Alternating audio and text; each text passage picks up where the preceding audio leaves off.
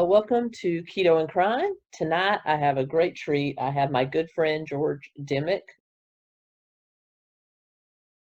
who is a brilliant horror film director, owner of Flickering Candle Productions, which he's going to give you all the websites where you can find where he is.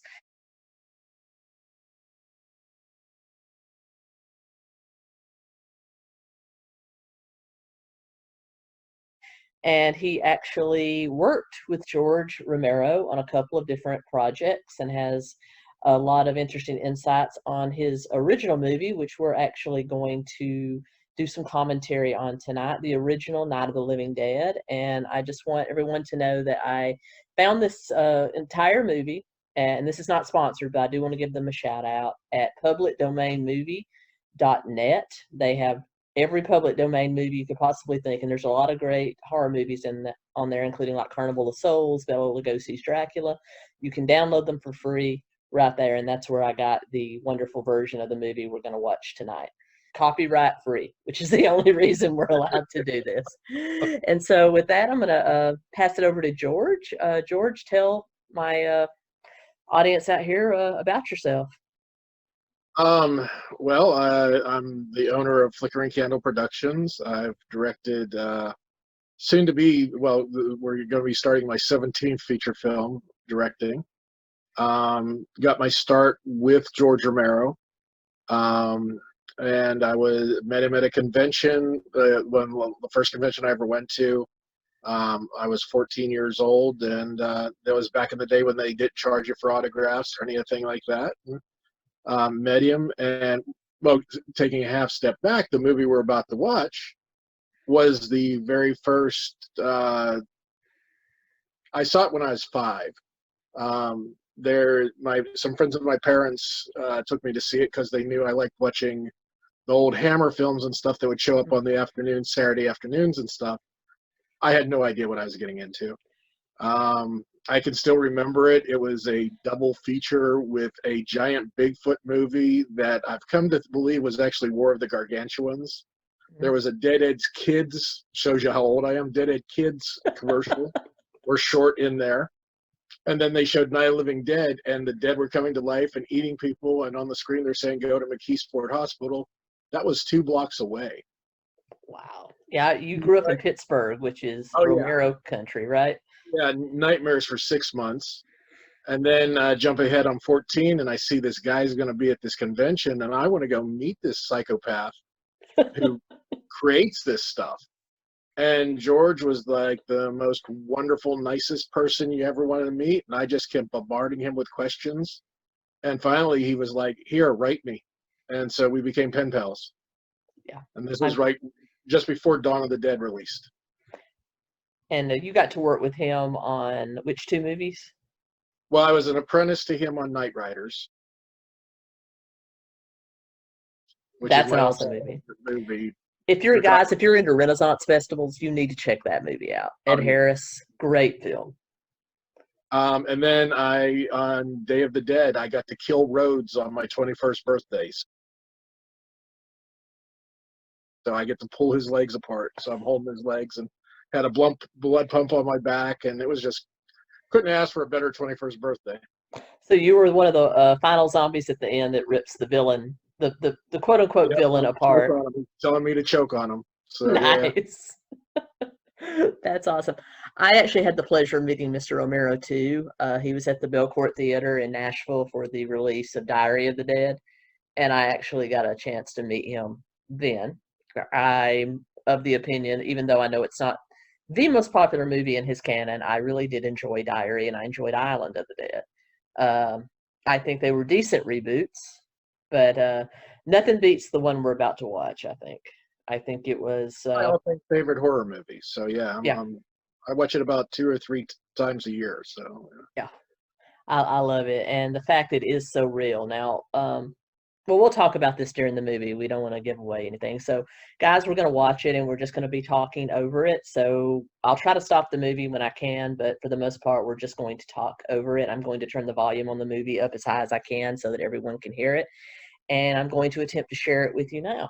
Is that and okay by with the you? way, if you guys have never seen the movie, you might want to watch this later and actually watch the movie someplace first because it's so great.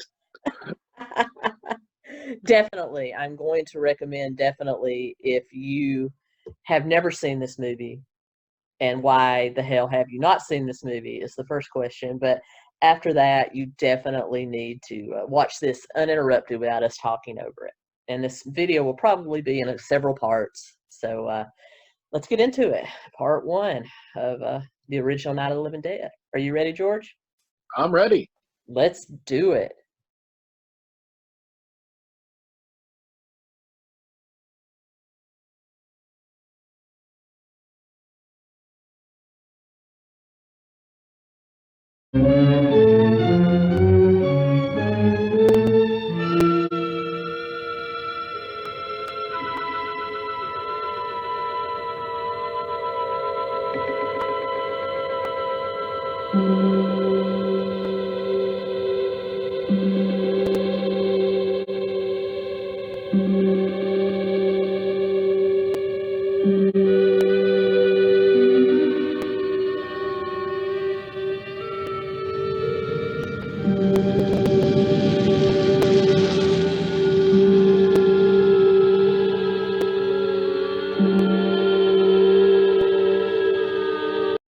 Uh, the cast was the crew, and the crew was the cast, correct?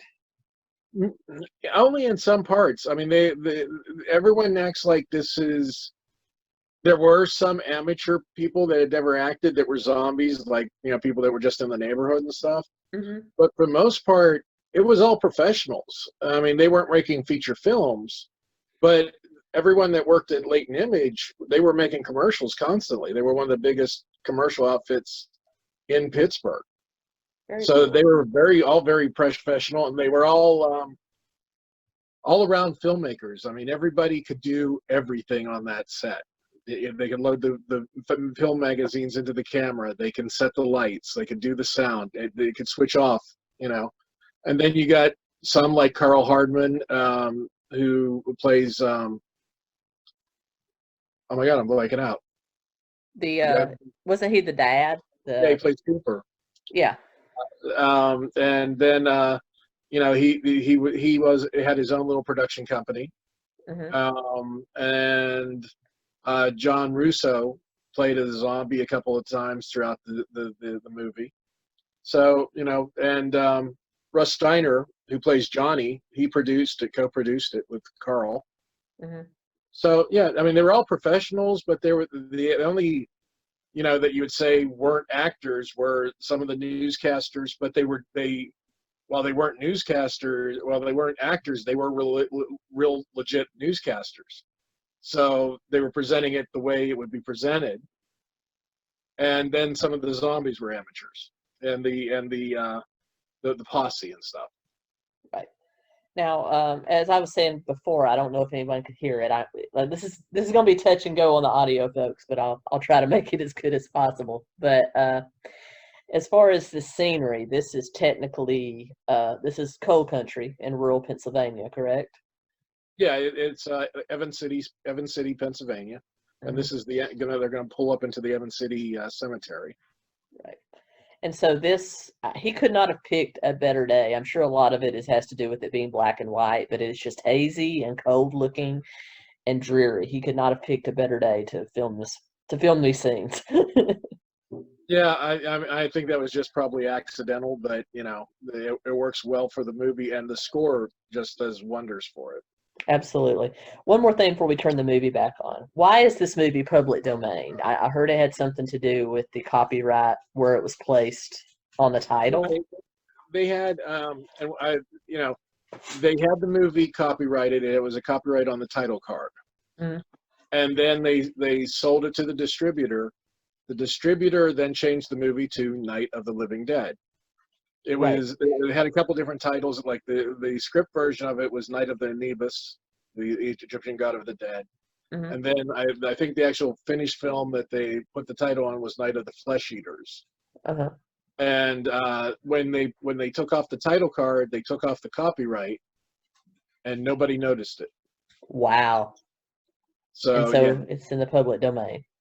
yeah, and the $40 million that it raised in the 20 some odd years, first 20 some odd years, they didn't see much of it, if any. All right.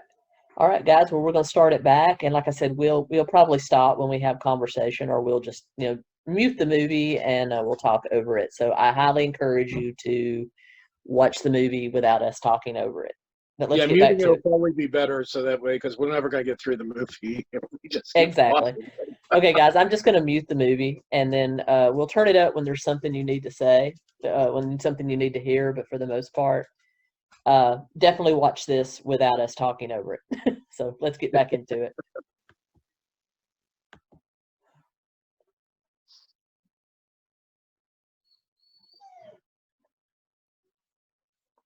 Well, since we got it muted, I might as well talk about the score since they Yeah, can't go hear ahead.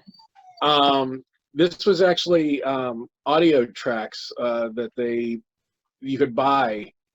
I think it was I want to say it was High Q from Capitol Records that they simply got instead of paying for a big score and paying for someone to compose it and an orchestra, they had these different audio clips that they used, and George placed them throughout the thing. And it's interesting because he used mostly sci-fi cues, science fiction cues, as opposed to the horror stuff. Hmm. And he would let them just play out, and it's an amazing score that he created through this, and it's so iconic, you know. Well, this could very well have been my grandfather's car driving here. My papa had that very car, Oh wow, and it was just. And wasn't this Mr. Romero's car? that I don't know. All right. I know that there's Barbara and Johnny, and Barbara is played by George. You probably know this better than Judith Ridley, I believe. Judith Ridley. And that is playing Johnny. We've already talked about him, but he's also a producer on the film. Yeah, Russ Steiner. Russ Steiner. And this was actually pretty risque for the 1960s. I mean, you had Hamer that was out, but you also had. It was just before the 70s got into what we call exploitation horror. You had. If you don't know what exploitation is, I highly recommend you go watch some exploitation movies, guys. It's a trip. But when there's movies like Blackula and the Hamer films, just kind of bright colored, gross, grotesque uh, images of horror. And this was actually, I think, I'm going to say this one actually kicked off that era. I mean, the gore is there, but because it's in black and white, it's not as menacing. But it's there, in my opinion. I think it's pretty menacing. Yeah. Yeah, and audiences didn't have this type of gore really prior to this. Right. Right. There's scenes in here, like there's one scene, and when we get to it, I will definitely mention it. But there's one scene from this movie that has haunted me my entire life. And I'm like you. I saw this when I was very young. I'm sure I saw it on late night cable or on. Uh, for those of us that are Gen Xers, those born between 1965 and 1980, we grew up in an era with local regional television, and every region had a local horror show that was on either late night Fridays or on Saturdays. And mine happened to be TBS's Super Scary Saturday, hosted by Grandpa from the Munsters. Oh, And cool. this was one of the very first movies that I saw on that. And even though it was edited for television, it still scared the crap out of me, because I've gone to the graveyard with with my parents to put flowers on graves, and had this, not the same experience, of course, but um, had it look hazy and creepy like this. And with that being said, I'm going to go ahead and let the movie play for just a minute, so because there's an iconic scene coming up that I Oh, don't yeah. want anybody to miss.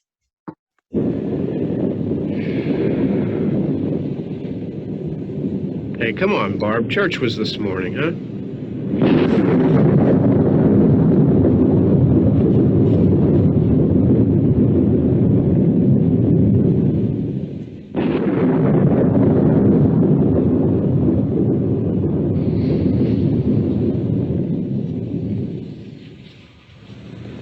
Hey, I mean, praying's for church, huh? Come on. I haven't seen you in church lately. Well, there's not much sense in my going to church. Do you remember one time when we were small, we were out here? It was from right over there. I jumped out at you from behind the tree, and Grandpa got all excited, and he shook his fist at me, and he said, "Boy, you be damned to hell." Remember that? Right over there. Well, you used to really be scared here. Johnny, Hey, you're still afraid. stop it now. I mean it. They're coming to get you, Barbara. And there it is. Stop it. You're ignorant. They're coming for you, Barbara. Stop it. You're acting like a child. They're coming for you. Look, there comes one of them now. He'll hear you. Here he comes now. I'm getting out of here. Johnny.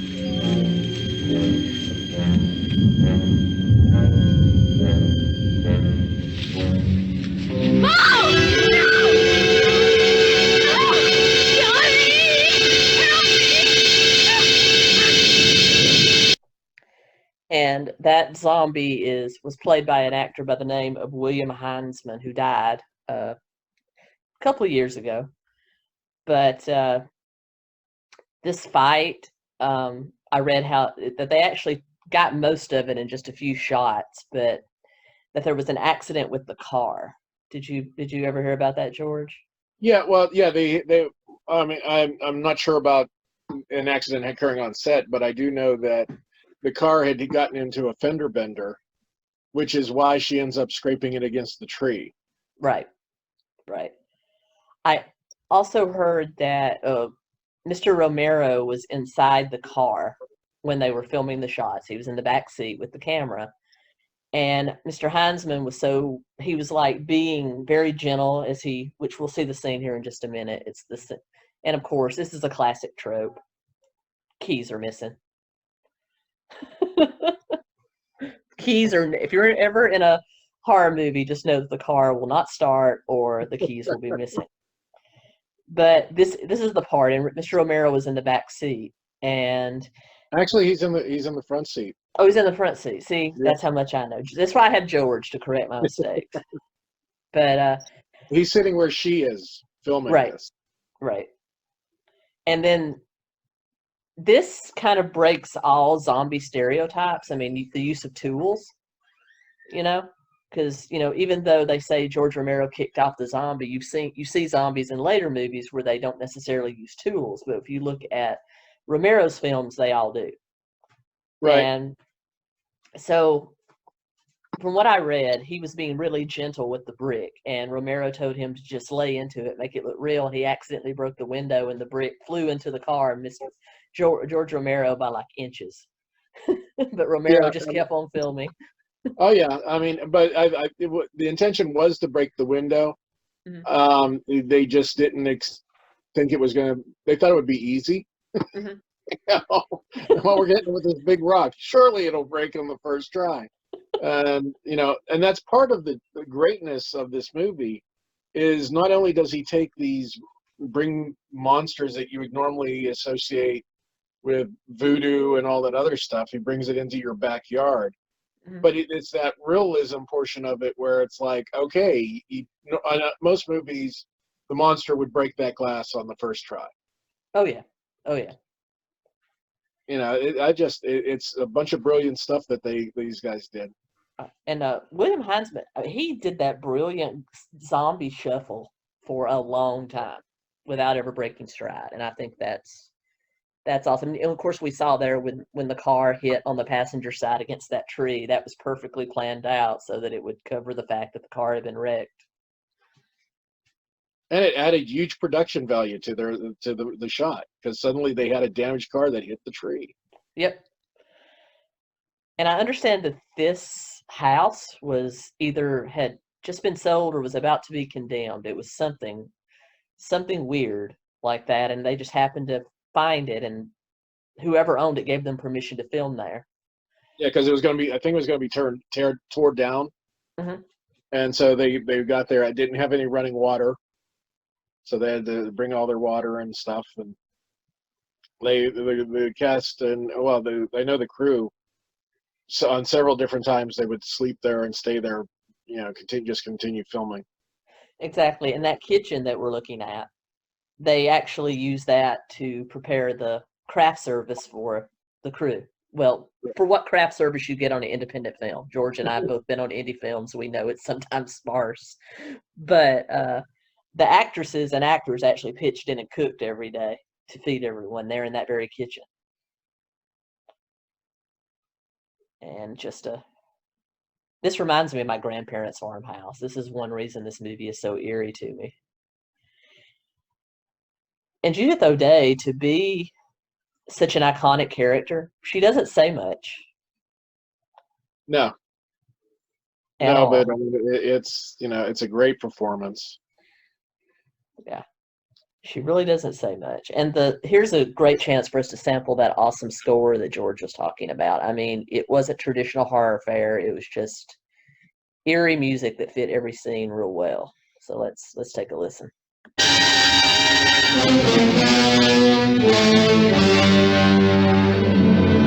honestly thought she was going to pass out there.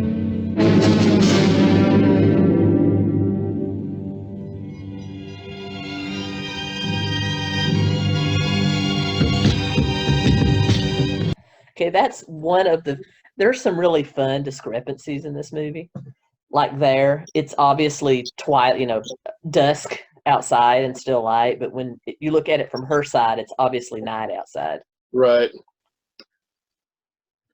But I mean, that is part of, I think, for me, the charm of all of George's films, even like the later stuff.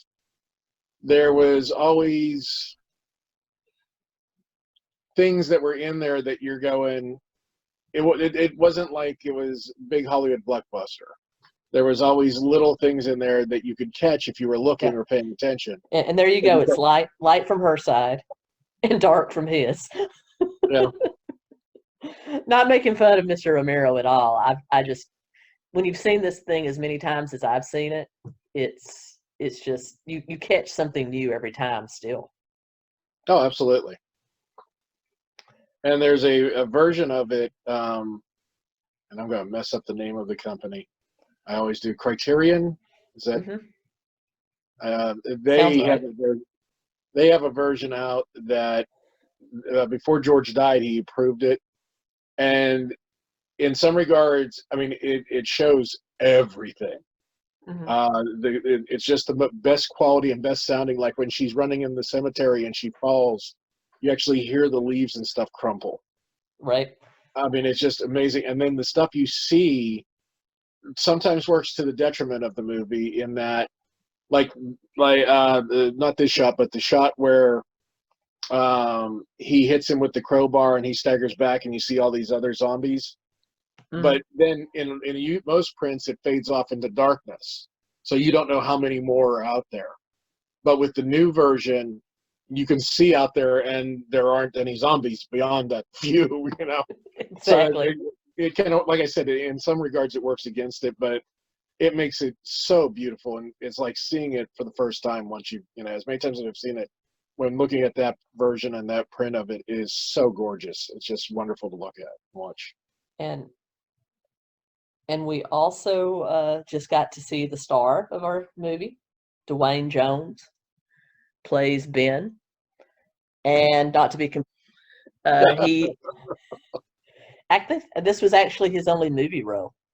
No, he did Feature another film one. Jin and oh man, I can't remember it.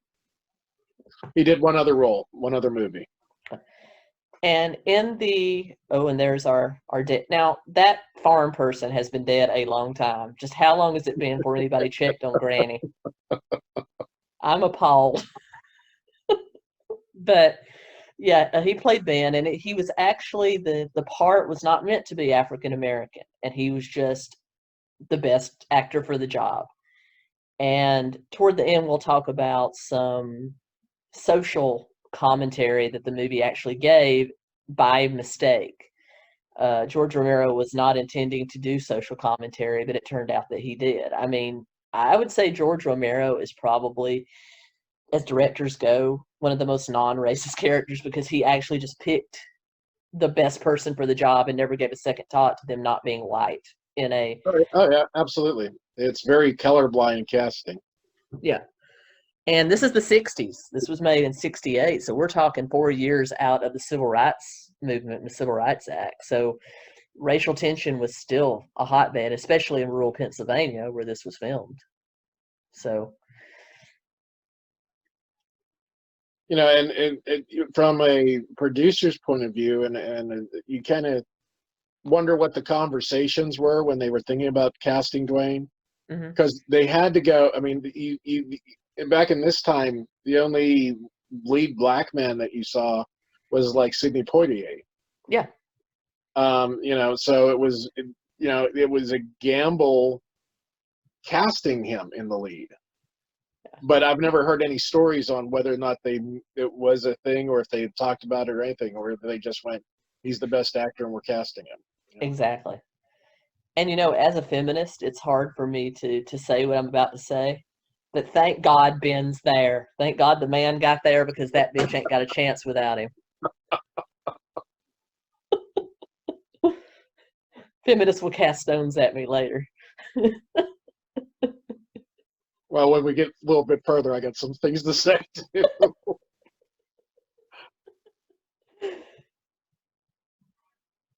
I just always. Oh, go ahead, please.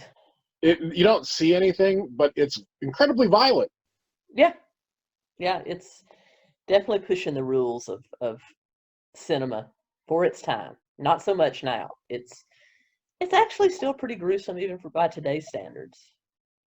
And here comes John Russo, the co-writer of the movie. Very cool, and he's gonna get her. I'd been tempted to let him get her just to get her out of my hair, because she's obviously not going to be any help. Well, he doesn't realize that yet. Yeah. And he's a gentleman and a nice person, unlike myself.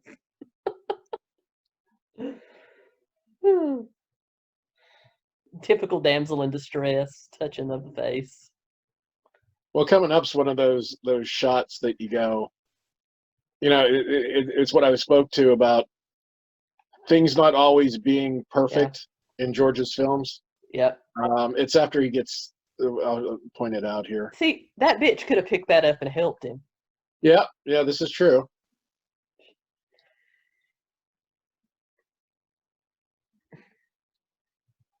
I think it's after he comes back in, after he takes care of the other one at the door. Right.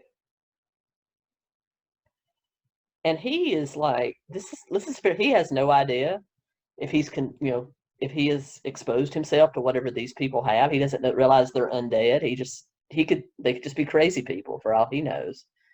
And that's such an amazing shot right there. You go from the close up to seeing all these other zombies. Mm-hmm. Okay, here when he comes back into the room. Okay. Watch the zombies, the dead zombies laying there on the floor. Watch his eyes. Okay. And she finally decided to move. Oh, he's awake. And I'm going to look over here. Well, right there. Hey, don't let me take care of this. He's like, oh, don't worry. I got it. You just stand there and be quiet. You just stand there and look pretty. But you know what? Even though a lot of people say that this movie, she was a trope, she was a damsel in distress, I really don't see it that way. I think she was just perfect personification of somebody suffering from PTSD and trauma and shock. Oh, absolutely. I make fun of her because that's what I'm going to do, but really, she's just. Who knows if I would break down like that if it was a zombie apocalypse. I mean, and that's the thing about. I feel most of the characterizations are pretty spot on what you would do. Mm-hmm. None of them's perfect. None of them's the superhero or anything like that. And Harry Cooper's actually the smart one, even though you don't want to be trapped in a basement with him. Right. The basement's a safe place. Yep. Even though he's the world's biggest asshole, and we haven't met Cooper yet, but he's coming. And Ben is wrong. Yep. Our hero is very much wrong. Exactly. But I see both sides. I understand why you would want to barricade yourself in the basement because it's the safest place, as far as being reinforced. But also, you kind of understand Ben's part. Not, oh, now she gets a knife. Great, they're all dead, but she's going to get a knife now. But also, I see Ben's part. You don't want to be where you can't see what's going on and can't get away. Oh, absolutely. I mean, I think it's Tom who goes, well, why don't we stay up here, and then if we have to, we can go down there, which is probably the smartest. Yeah. Using both of them would be the smartest thing. But yeah, let's stock up the basement as if it's a bunker, and then try to stay up top as long as we can. We're missing some good dialogue here. I'm going to turn it up for just a few minutes. This is basically him trying to calm her down and reinforce the building. To rescue us. But we'll have to work together. You'll have to help me. Now I want you to go in and get some wood so I can board the place up. Do you understand? Okay? Okay? She doesn't even know what wood is right now.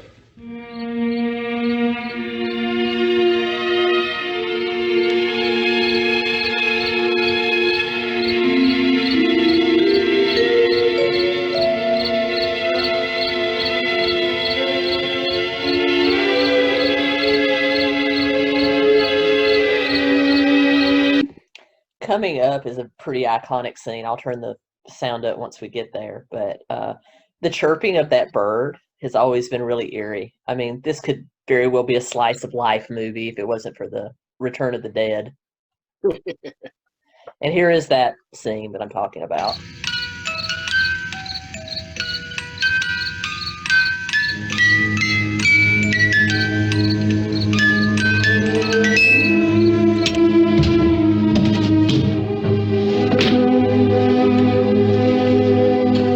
So now we see Ben busying himself trying to reinforce the house, and she's just going to wander around and look for something. I'm not sure if she ever brings him a single solitary piece of wood. She does. Okay. She brings like 4 little pieces from the fireplace, I think, or near the fireplace. That's like when you take it and say, well, thanks. I couldn't have done this without you. Here she goes. Yeah. Yep. That's helpful. What the hell is he going to do with those? Challenge him to a game of pick up sticks? He just kind of looks at her like, again, thank God he got here because she had already been dead without him. Oh, without a doubt.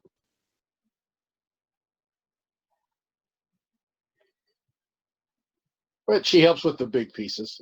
Yeah, she does. As I said, I don't think she's incompetent. She's just very much in shock. She's suffering a definite mental breakdown. Well, I'm sure, being attacked in the graveyard. Yep. And seeing your brother die.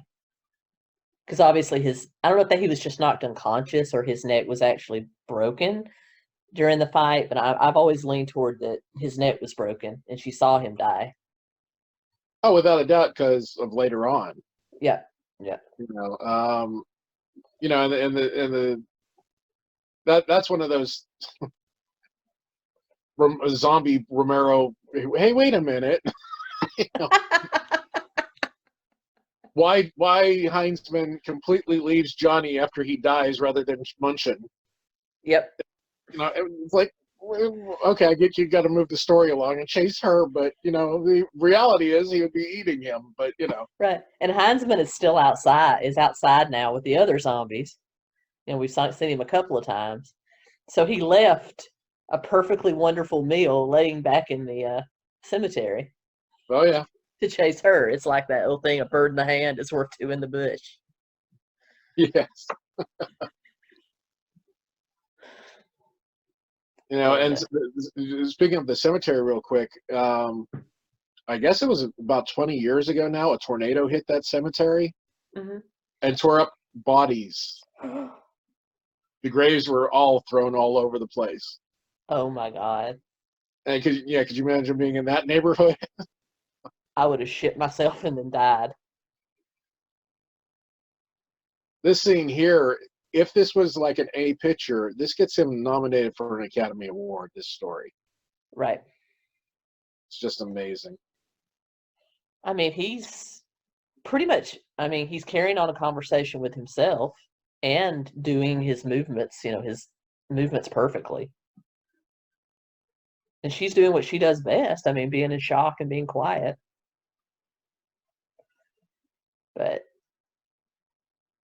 And this is where he tells his story, which consists of he had to drive through hundreds of them to get here. Well, now there's some inconsistencies here too. You know, I love the movie. This is my all-time favorite horror movie. But Ben just jumped into the truck to listen to the radio. Mm-hmm. That means he stole this truck. Yeah. No one ever mentions Ben's a thief, but you know. Well, I don't think he was out looking for cars. I think he just was a thief of necessity. It's kind of like that old discussion you'd get into about philosophy. Okay, stealing is wrong, but is stealing to feed your starving family wrong? We could have multitude of discussions on that. Oh, and I think she's actually about to speak. Let's turn it up and don't miss that. It's so rare. I was alone with 50 or 60 of those things, just standing there, staring at me. I started to drive. I just plowed right through them. They didn't move. They didn't run or just stood there staring at me. Just wanted to crush them. They scattered through the air like bugs. We were riding in the cemetery, Johnny and me. Johnny. Notice the bird still chirping. Or cricket, rather. Cricket. We came to put a wreath on my father's grave. Johnny, and he said, "Can I have some candy, Barbara?" We didn't have any. I don't remember asking for candy, but okay. And oh, it's hot in here. Hot.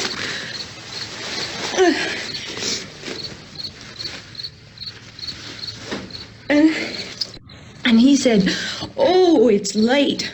Why did we start so late?" And I said, "Johnny, if you'd gotten up earlier, we wouldn't be late." Johnny asked me if I were afraid.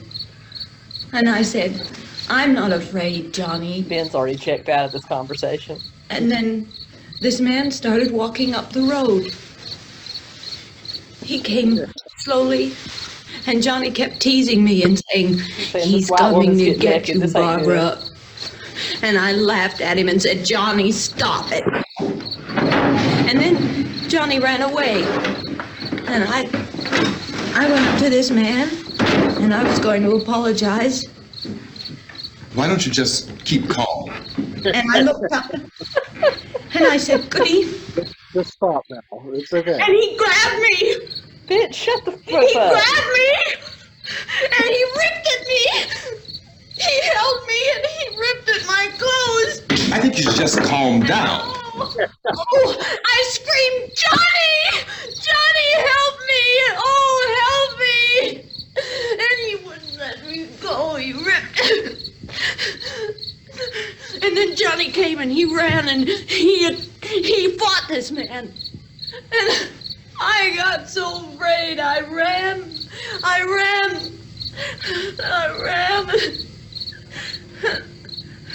And Johnny didn't come. We have to wait for Johnny. He's like, I'm sorry I started talking, okay? I'm sorry I told my story. We better go So he's out and like, get him. Bitch, you're delusional. We You have to think I'm go going out and get there. Johnny. He's out there. Please, don't you hear me? We've got to go out and get him. Please! We have got to go get Johnny! Please help me! Please! Don't you know what's going on out there? This is no Sunday school picnic. Don't you understand? My brother is alone! Your brother is dead. No! My brother is not dead! Oh. Boom, yeah. Oh. I am never for domestic violence, but that was warranted. And guys, before you think ill of me, Dwayne himself did not want to do that.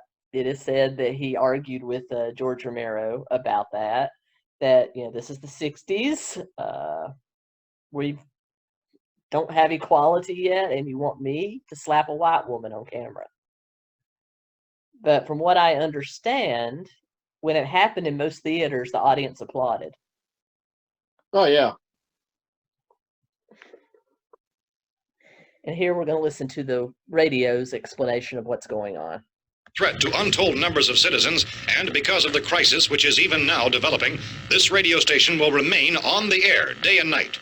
This station and hundreds of other radio and TV stations throughout this part of the country are pooling their resources through an emergency network hookup to keep you informed of all developments. At this hour, we repeat, these are the facts as we know them. There is an epidemic of mass murder being committed by a virtual army of unidentified assassins. The murders are taking place in villages, cities, rural homes, and suburbs with no apparent pattern or reason for the slayings. It seems to be a sudden, general explosion of mass homicide. We have some descriptions of the assassins. Eyewitnesses say they are ordinary-looking people. Some say they appear to be in a kind of I think trance. the fact they use the Others term describe them as being assassins is just awesome.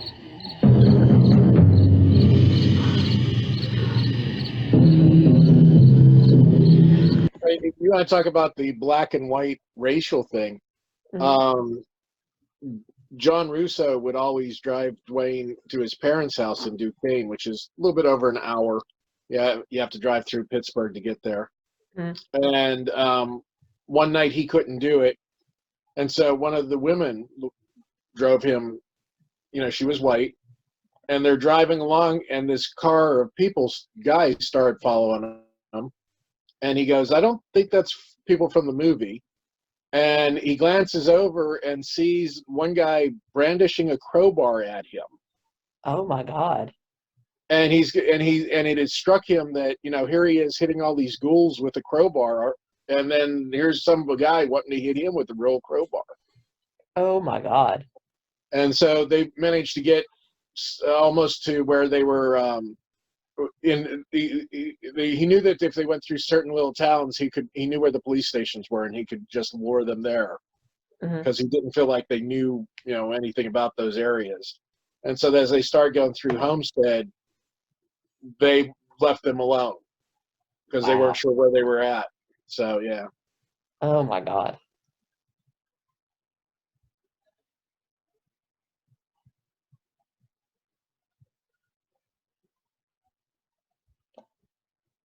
just his physical acting is just brilliant. I mean, he made Right. all that look so effortless. And you know us, that damn chair would get hooked on the threshold of the door and flip itself over, and we'd be struggling. That, or I'd accidentally set the porch on fire. That too. That too. That must have been a hell of a slap because she's still out. I think he actually closes his fist. I think it's a punch. Okay. We are not advocating for violence, y'all, but sometimes you got to knock a bitch out.